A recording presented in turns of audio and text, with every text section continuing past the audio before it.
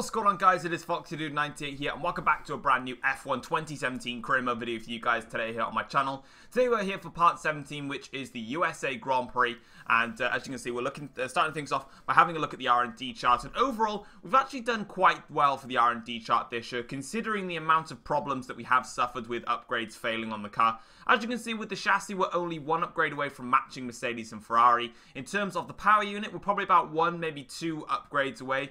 Although we've done all the minor upgrades, so probably maybe one of the major or ultimate engine upgrades will be on par, if not quicker, than Mercedes and Force India. It's the aerodynamics which was really been let down, and that's pretty unfortunate because, unfortunately, due to so many problems with upgrades just failing consistently throughout this entire season, I haven't been able to get the resource points that I wanted. I probably could have made at least 3, maybe 4 upgrades to the aerodynamics if upgrades actually went onto the car and actually worked. And maybe if I stayed away from the fuel efficiency like I did at the start of the season, really did cost me, as those 1200 resource points, for an example, spending that and actually having it failed, I've not even fixed it yet, is something that, has really hurt me this season. So yeah, in terms of the aerodynamics, that's a massive element of the car that really needs to be working well, and unfortunately it's just very, very undeveloped, and it's really hurting us. But so far this season, it's been a very topsy-turvy season, and we're coming towards the end of this season now. Obviously, the start of the season, we were dominating, and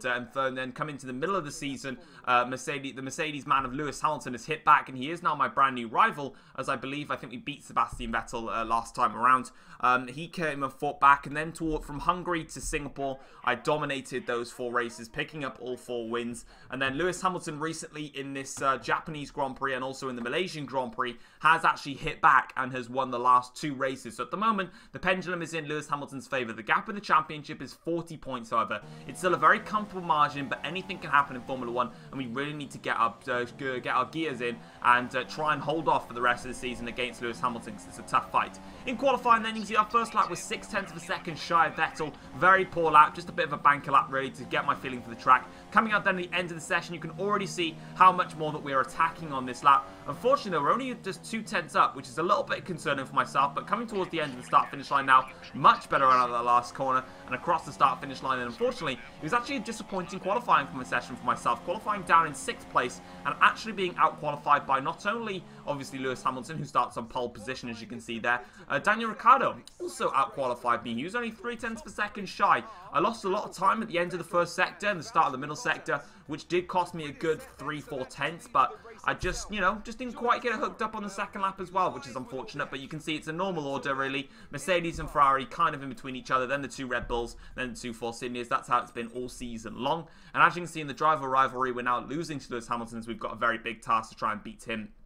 And listening to the session objectives now from Emma, I believe she's going to want us to finish in P4 and place 3rd in the championship, which is obviously going to happen anyway. Mathematically, that's already going to happen, and beat Lewis Hamilton. So the beat Lewis Hamilton part is going to be the most difficult thing for today. But having a look at the grid then, Hamilton's on pole position with Sebastian Vettel alongside, and then we've got Valtteri Bottas followed by Kimi Raikkonen, Daniel Ricciardo, and then myself, Esteban Ocon, Sergio Perez, followed by Hülkenberg and Carlos Sainz. Ryan Grosjean lines up next with Daniel Kvyat and Felipe Massa, with Magnussen, Palmer and Stroll rounding up those drivers, and then it is the McLarens and the Saubers that separate each other all the way down at the back of the field.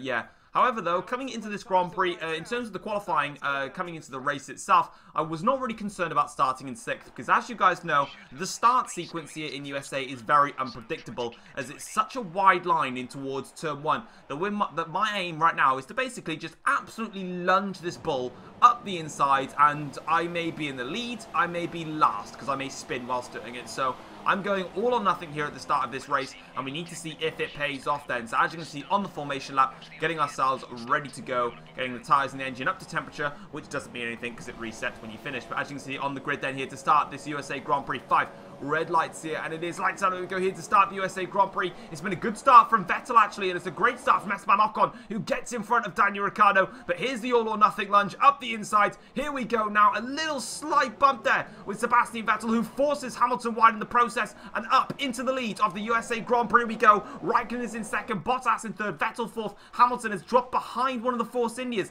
down into 6th place. Horrible start for the pole sitter, who's gone all the way down here, but the all-or-nothing lunge worked perfectly quickly there as Vettel and Hamilton went side by side. Yellow flags in the background as well. And on to lap 2 of the Grand Prix now. I just realised that the transition from lap 1 to lap 2 was in the exact same location, so that may be a little bit awkward. But anyway, we got the perfect start then. We made the lunge up the inside. Vettel got hit by Hamilton, who then went into me, and then went into went into Vettel, and then went into Hamilton. So it was a pendulum swing really. If Hamilton hit Vettel, who hit me, who then I made contact with Vettel, who then went and hit Hamilton again, and then they went wide. It was all a little bit crazy at the start, but anyway, we can now dictate the race pace and basically go at my bus lane speed, because these cars are so much faster than me, the Mercedes and the Ferraris, all because of that aerodynamic area, which just basically means that they're just much better in the corners and all around in the aero department, hence why it's called aerodynamics.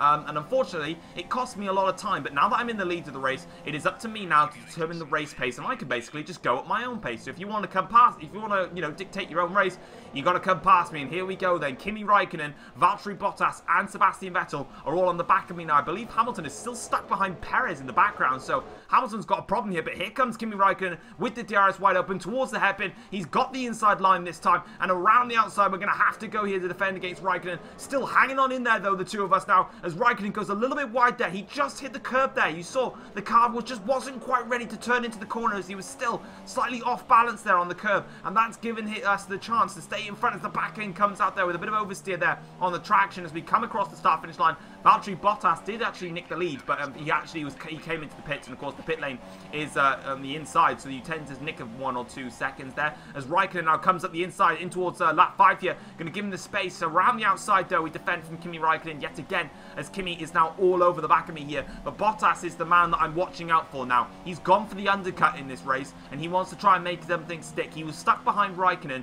who was stuck behind me, so now Bottas is trying to do the undercut to get in front of both Raikkonen and myself, and that is who I'm worried about in this race. Lewis Hamilton has not come in for the undercut, so at the moment, track position is still mine versus Lewis Hamilton. That's the man that I'm caring about. I don't care if Valtteri Bottas stays in front. All I care about is sticking in front of Lewis Hamilton. But as you can see, I have got 2 steaming red-hot Ferraris right up my rear exhaust pipe, and they really want to get in front. As Hamilton's still stuck behind the Force India there, and here comes one of the Ferraris now. Here comes Kimi Raikkonen. Both have got DRS, but only Raikkonen is really going to go for him as we tuck him very tight to the inside line and switch back to the outside line. Raikkonen's going to have a horrible line in towards the hairpin, and he does get that horrible line as well. Vettel now side by side with Kimi Raikkonen, and towards this corner we go now. Here the Ferraris side by side in contact between the 2 Ferraris, and that's phased Raikkonen a lot, and Sebastian Vettel barges his way through Kimi, and now he is up into 2nd place as we still lead this USA Grand Prix with an action-packed start with the top 4 I'd say, because Hamilton's not really in there at the moment, all scrapping very hard with lots of contact around as well. We like to see that though in racing. If you don't have a little bit of barging there, you're kind of a bit boring in my eyes. But anyway, we're coming into the pits now for our one and only stop here. Sebastian Vettel now follows me right behind, and I believe that's Esteban Ocon actually in front. I don't know if it's Ocon or Perez. I'm getting confused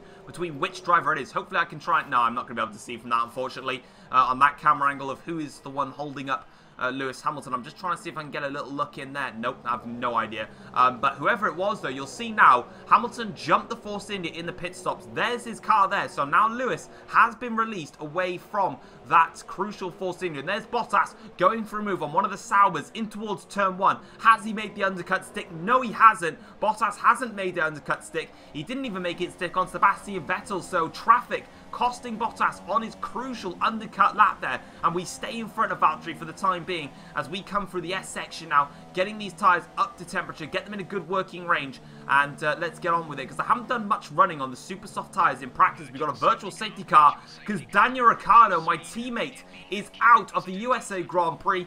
There he is in front there, so horrible race for Daniel Ricciardo, and that's basically reminiscent of real life because he DNF'd from the USA Grand Prix as well, literally as he made his pit stop. As coming on to the end of lap 7 now, Kimi Raikkonen stayed that a lap longer, and you can see here that the undercut on Kimi Raikkonen technically did work. So obviously, despite the fact that Raikkonen had fresh air, had his ultra soft tyres, and he could have potentially maybe creeped in a good enough lap to stay in front to get the overcut on me, it didn't. Unfortunately, it didn't work for him. So we stayed in front, and we still have track position after the first round of pit stops, which is absolutely crucial as we set the fastest lap of the race so far. Raikkonen doesn't beat it, but Valtteri Bottas is going to come and smash that by 0.7 of a second. And we have a yellow flag that you may have seen on the minimap. And unfortunately, Nico Hülkenberg has got a puncture, and he's also decided that because he's got a puncture and he's bored, he's going to keep his DRS open. Why? Because he was probably in the DRS detection zone of a driver and then got the puncture. so just opened it nonetheless because the AI programming would do that as the back end comes out there, as we're really pushing hard now in this Grand Prix. Kimi Räikkönen behind us is DNF'd as well, so Kimi, who was less than a second back, had that DRS opportunity really close to him, has unfortunately DNF'd from this Grand Prix. So the closest challenger to myself, Räikkönen, is out of the race, and now Bottas is going to be the next man to come up near behind me. But onto the final lap of the Grand Prix, Bottas also had an issue with his car. He's still in this race, but he has an issue, and that cost him horribly, and Vettel managed to get past him. They both got held up, but crucially here today, we have responded to the momentum that Hamilton's got, and we win the USA Grand Prix, a race victory that we had to get today. We had to beat Lewis Hamilton. We needed the race win, and we needed to just stop the momentum from Lewis Hamilton, because of course, as we know, he won the last 2 races, and he managed to take a considerable amount of points away from us. I believe he took nearly 17 points he took out of the last 2 races, which is a lot. So we really needed to get our gears working today, and as you can see, we have managed to do a great job. Obviously, since Daniel Ricciardo failed to score a point today after his DNF, it is very critical that we managed to get something for Red Bull. And today, the race victory is everything that we needed, and I'm extremely happy to pick that up today. And you can see the mechanics are extremely happy there to pick up the race win. And here we can see Kevin Magnussen, who finished in a very nice 9th place for Haas there at their home race. So I'm pretty sure Kevin Magnussen would actually be happy, although he doesn't look it there from his bodily expression. But as you can see, onto the podium then. Overall, the race was a very, very hard-fought and very action-packed race in terms of the battles that we did have. A lot of contact in there, a lot of really hardcore racing, which was a lot of fun to be a part of. Räikkönen was very close to me in the middle, in the second stint then. It was more about just everyone having problems, and basically just someone got very close to me, then they had a problem. So Räikkönen got very close to me, DNF from the race. Bottas got within a second of me, and then his entire car just decided to give up. Yeah, pretty strange stuff there. And then Vettel was 4 seconds back with just 2 laps to go. So he didn't really do anything. I just literally backed off then as soon as I saw that gap, let Vettel close in. The gap was 1.4 seconds, but you can see that everyone else still much faster than me in terms of the race pace. Overall, like half second still quicker. In the Drivers' Championship now, the gap between myself and Lewis Hamilton is 53 points, which does mean the championship can be wrapped up in the Mexican Grand Prix if we are to win the if we are to take the championship, sorry, in the Mexican Grand Prix. Hamilton, we have to basically beat Hamilton no matter what. It doesn't matter how many points it is, whether we finish in 9th and Hamilton finishes in 10th. Hamilton has to outscore me by more than 3 points in order for the championship to continue to the Brazilian Grand Prix. If he does not outscore me by more than 3 points, or I manage to beat Lewis Hamilton in the next race, the championship will be ours. But guys, hopefully you've enjoyed today's video. If you have, feel free to drop it a like, and if you're new around here as well, feel free to click the subscribe button, as we're getting very, very close to 10k subs now. And yeah, I'll see you guys for the next video tomorrow. So take care all, thanks for watching, peace!